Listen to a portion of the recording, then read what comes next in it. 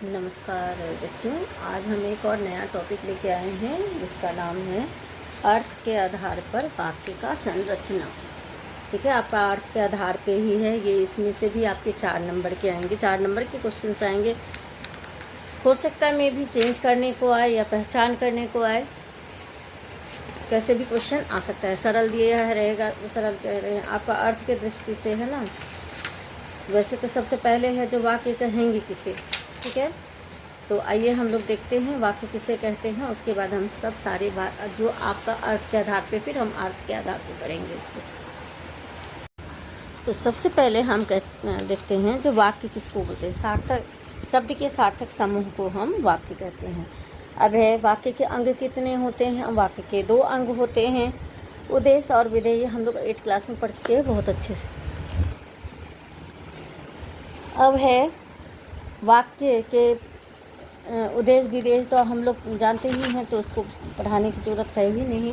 अब है जो वाक्य के भेद कितने होते हैं। तो वाक्य के भेद बच्चे दो प्रकार होते हैं, 2 आधार पे किया जाता है। एक रचना के आधार पे, एक अर्थ आधार पर। रचना के आधार पे 3 भेद होते हैं, सरल वाक्य, संयुक्त वाक्य और मिश्र वाक्य। लेकिन हमें पढ़ना है अर्थ के आधार पे, तो हम पढ़ते हैं अब अर्थ के आधार पे विस्तार से हम पढ़ते हैं। तो वाक्य के भेद जो होते हैं 8 होते हैं। विधानवाचक, निषेधवाचक, प्रश्नवाचक, आज्ञावाचक, विस्मयादिवाचक, संदेहवाचक, इच्छावाचक और संकेतवाचक। सबसे पहले है विधानवाचक। विधानवाचक क्या होता है। जिस वाक्य से किसी बात या काम के होने का बोध हो, उसे विधानवाचक वाक्य कहते हैं। जैसे वह मेरी सहेली है, ठीक है। निषेधवाद आप जानते ही हैं, जिसमें नहीं लगा होगा वो निषेधवाचक होगा। जैसे कि मेरा कलम नहीं है, ठीक है। प्रश्नवाचक में प्रश्न पूछा जाएगा, जिस वाक्य का प्रयोग प्रश्न पूछने के लिए किया जाएगा उसे प्रश्नवाचक कहते हैं। जैसे तुम क्या पढ़ रहे हो।